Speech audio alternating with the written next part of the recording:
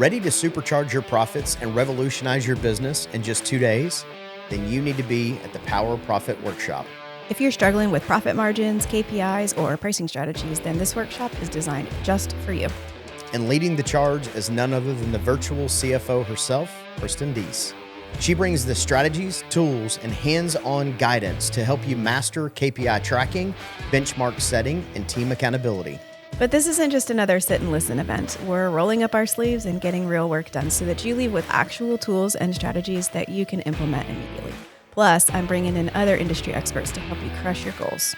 And because you're a loyal Freedom Blueprint podcast listener, you get a special discount. You're going to use code FREEDOM at checkout to save on your registration. Seats are limited, so don't wait. Go to powerprofitworkshop.com and grab your seat today. Let's make more money faster. See you at the Power Profit Workshop. That's powerprofitworkshop.com to get registered. Running a home service business is hard. So how is it that some people make it look so easy? Well, we'll tell you. This is the Freedom Blueprint Podcast.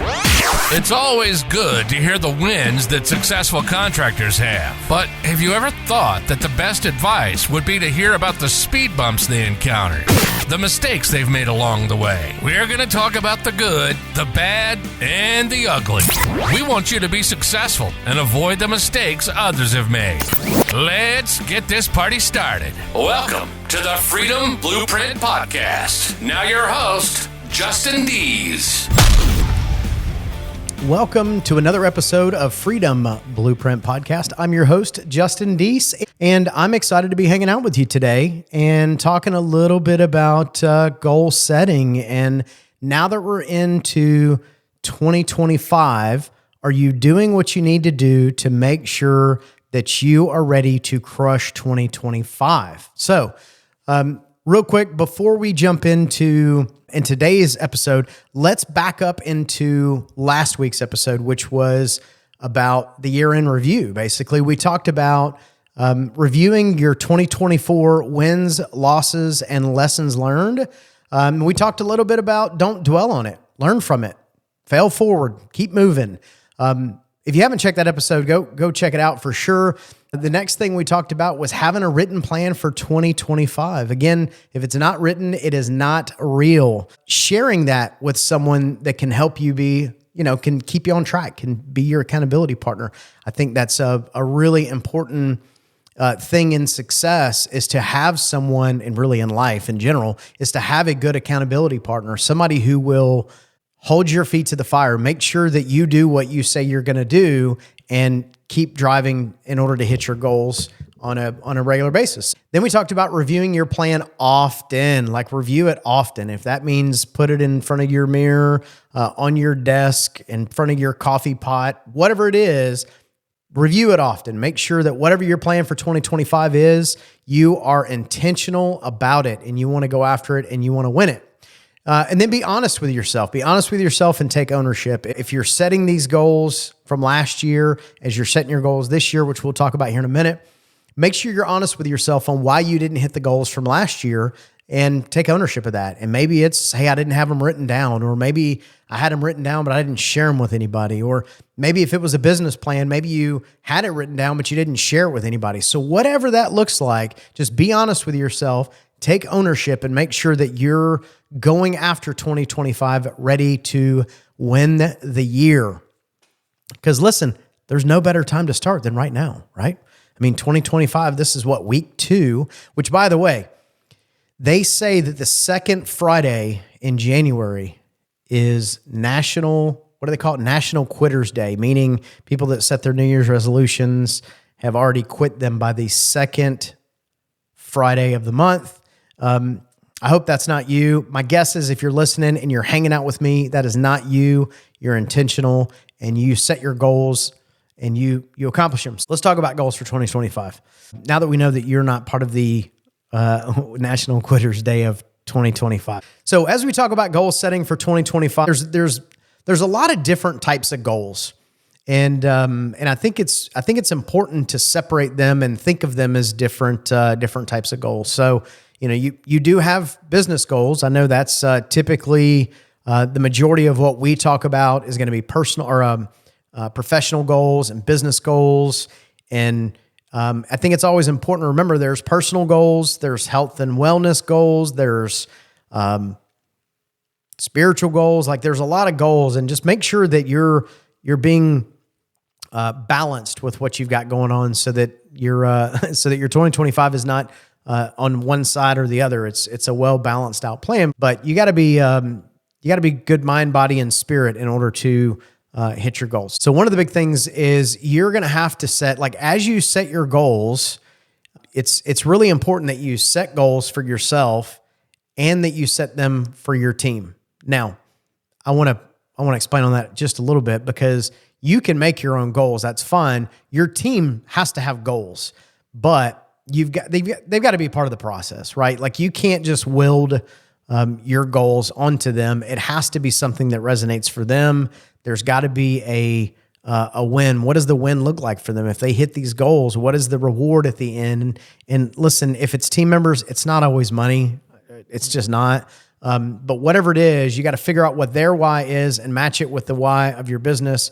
Again, I'm talking about if this is a business goal, but you got to match the two together in order to have them buy in, because if it's not their goal, it's going to be just a chore, and nobody wants a chore. So first question is, have you set any of your goals yet for 2025? Like, have you sat down and written out any goals? I know I said this earlier, and I said this in the last episode as well, but if it's not written, it's not real. So if you have some goals, make sure you get them written down. Also last week, a little bit of what I talked about was the difference between being passive and being aggressive. Now that I've thought about it a little bit, I'm going to say, instead of aggressive, I'm going to say intentional.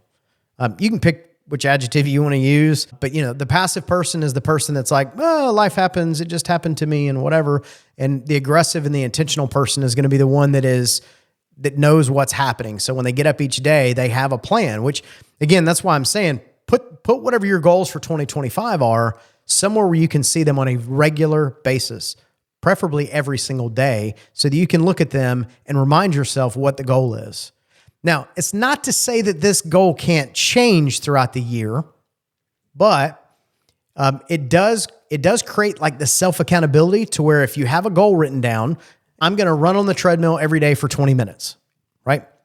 If that's your goal, if you stop doing it, you have to be intentional about taking it off. You have to be honest with yourself, like, ooh, I'm about to take this off. So there is just like this thing that happens if you have to cross that off and then keep, there's a thing behind it. So yeah, just like last week, aggressive, which again, I'm going to say intentional. So be intentional about your time, your day, be intentional. One of the other advantages to setting goals is that it really keeps you motivated. It does create a little bit of internal humility as well. If you create a goal and you're off track every week, you're going to have to do some self-evaluation on, was that goal too big, or what do I need to do in order to hit that goal? So when goal setting, especially with your team, here's an exercise that I like to do.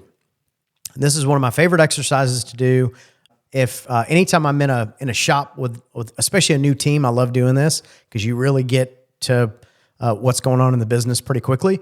I call it start, stop, continue. And I say I didn't create this exercise, and it's got several different names that I've heard, but I've always called it start, stop, and continue exercise. And I do it because it's super simple. It's start, stop, and continue. There's nothing confusing about it. And basically the exercise works like this. If you're doing this with your team, pull out. You can do this for your own goals as well, but I'm just going to talk about it from a team perspective. Break out your whiteboard, put two lines, a third, and a third on a whiteboard, and put start on one side, stop on one side, and continue doing. And as an exercise as a team, you just go through it and you go, okay, great. So we're leaning into 2025. What is it that we need to start doing? What is it we need to start doing? What do we need to start doing in 2025 to hit whatever goal we got going on? The next question is, what do we need to stop doing? What is it we need to stop doing to hit our goals in 2025? And then last, you're going to end with, what do I need to continue doing in 2025? That's great. Like, what are we doing really well? It's pretty awesome what happens doing this exercise, because it really gives this openness to where your team, sometimes they try to speak in kind terms, but this is really a good opportunity to break through some things and go, okay, great. Tell me more. So if you're doing this exercise with your team, make sure you have your coaching hat on, and great. We need to start doing this. Tell me more. What needs to be done? How do we need to do that? Just a fun exercise. I love doing it. And you can also do this internally, right? So as you're thinking of your goals for 2025, you can sit down and do this yourself. Go, what I need to stop doing, and continue doing to hit my goals. Again, one of my favorite exercises. I love doing it. And honestly, if you're setting team goals, they'll love it too, because it really gives them the opportunity to be open and honest, as long as you have that culture, and in order to really dial in what it is that they feel like they're empowered at that point to decide what the business needs, which is so much fun. So once you get done with this exercise, you'll have a pretty good list of items that you have from either whether you do it just you or you do it with your team. You have a pretty good item list on here in order to, what does it need to look like? Now, when you have this, you need to go through and pick the top 3 to 5. And I would say probably 3 if you have each one. And then I would probably put them in order of importance of what you need to do. And from there, you can kind of run it through the SMART goal. And I talked about this in last episode from a very high level. I've also done an episode about kind of going deep into SMART goals. But I think since we're doing this now, this is probably a really good time to kind of talk about this a little bit. Like, it's an acronym. So what it stands for is specific, measurable, attainable, or achievable, whichever you choose, relevant, or time-bound, right? And so anytime you have a goal that you want to hit, you really want to kind of run it through this exercise really quick to make sure that it aligns with what you got going on. So let's do an example. This time a year, a lot of people, they're one of their goals is grow their business. They're like, I want to grow my business. So we'll do that as an example of grow my business. And so the first thing in SMART goal is specific. So we have to be specific, and grow your business is not specific. So we're going to say grow my business by 20%. That is a SMART goal. 20%. Is it measurable? Well, do you know what you did last year? Because if you don't know what you did last year, you don't know what 20% is, right? But let's say last year you did $1 million in revenue. And so if you put 20% on that, anybody got a calculator? Just kidding. So $1.2 million is what you want your revenue to be. Are you able to measure that? For most of you listening, you're going to have a software, whether it be Service Titan or one of the others, or even your QuickBooks or something like that will allow you to be able to measure, which, gosh, I hope you can measure your revenue. But if you can't, that's a totally different. You need to make that needs to be your SMART goal for this year. But for this example, we can measure it with our SMART goal. Is it attainable or achievable? I mean, I think, yes, it is. If you had 150% growth, this exercise would change a little bit. Doesn't mean that's not attainable. Doesn't mean it's not achievable. But how you go about it obviously is going to be a little bit different. And is it relevant? Yeah, I think it's relevant, right? Meaning, let's say your overall big goal for the year is to open a coffee shop. Well, okay, this goal is not relevant to opening a coffee shop. So, but you're not going to open a coffee shop. You're going to grow your business this year. That's what you're going to do. So the answer is yes, it is relevant. And is it time bound? And the answer is yes, the time bound. It is December 31st, 2025 is your timeline in order to hit this goal. So now we know that our goal is, it checks all the boxes for SMART goal, which is great. So now that you have this SMART goal, now what do? Well, biggest thing is you're going to break it into chunks, right? So you're going to take this high level and you're going to break it down into chunks. How do you eat an elephant? One bite at a time. War Eagle. Love that saying. And if you're an Alabama fan, you get it. And if you're an Auburn fan, you definitely get it, War Eagle. So back to what I'm talking about. So you're going to take this and you're going to break it into chunks, right? And so now that you have this goal of growth by 20%, what do you need to do? Like, what needs to happen? Well, the first thing you need to figure out is, what do you even need in order to hit this goal? Do you have what you need, meaning, do you have the technology? Do you have the tools? Do you have the funding?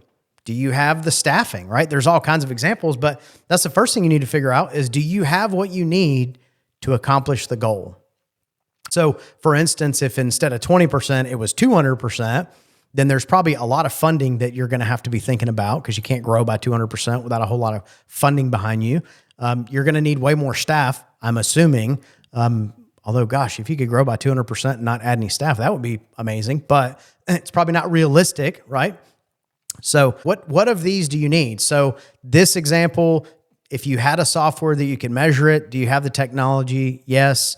Do you have the tools? One of the things could be, let's say you are in plumbing and you want to start doing repiping. Okay, well, now you need to get the tools, and you need the funding, and you need the staffing and the training and all those things, right? So do you have the support you need to accomplish your goal? Again, our example is grow by 20%. And then once you've got that, then you kind of break this down into even smaller chunks, right? Which is, what are some smaller things that are needed for you to hit this goal? Well, you could have a higher close rate. That would certainly get you there. You could have a higher average ticket. You could have more techs. You could have a higher call percentage, call rate, right? So I know that a lot of companies, when I talk to them, if I ask them if they know what their booking rate is, they don't know the answer to that, which in order to grow by 20%, I almost guarantee you, if you start measuring that, you will hit your 20%, just saying.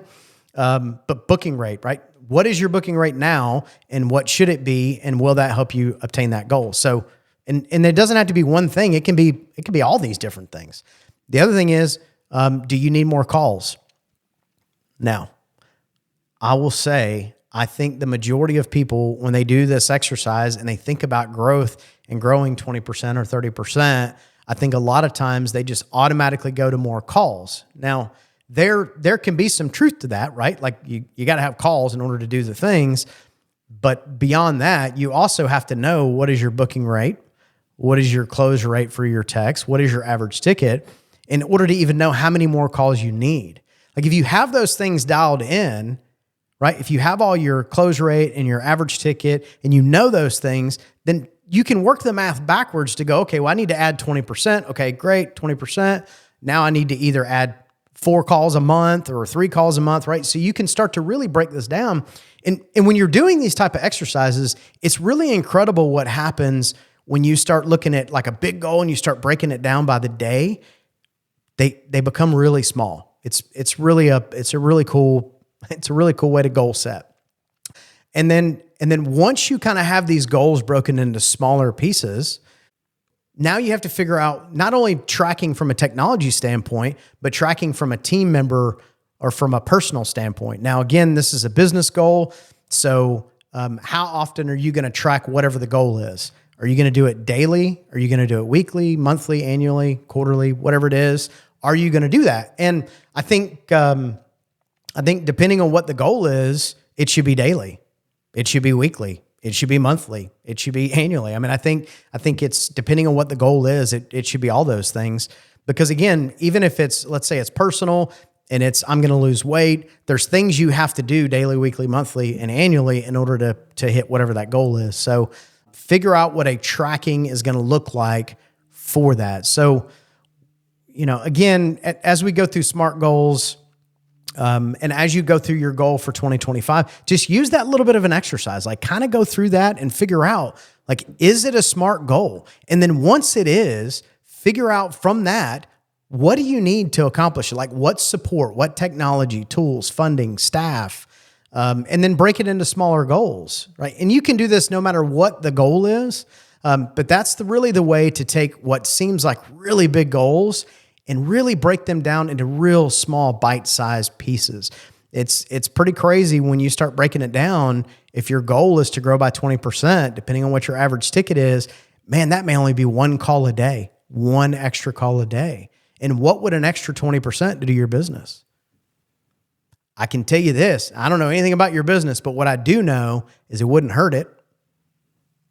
Fair statement. Like, it's not going to hurt. If anything, it's going to be amazing and it's going to be great. So I want to say this, as you go through this exercise and you get all these things dialed in, a little bit of words of encouragement. You got this, man. You got 2025, and you can make this the best year yet. And I'm here to walk this journey with you, and I'm excited to be able to do that. And thank you so much for coming and hanging out with me today. And listen, until next time, keep setting those SMART goals and watching your business and leadership transform.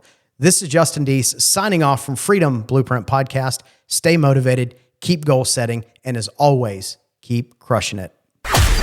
You've been listening to the Freedom Blueprint Podcast. Information is useless if not applied. So take what you've learned and go and implement it. We hope you've enjoyed the show. If you did, make sure to like, rate, and review. We'll be back soon. But in the meantime, find us on social media at Freedom Blueprint for Home Services and hit the website at www.freedomblueprintpodcast.com. See you next time.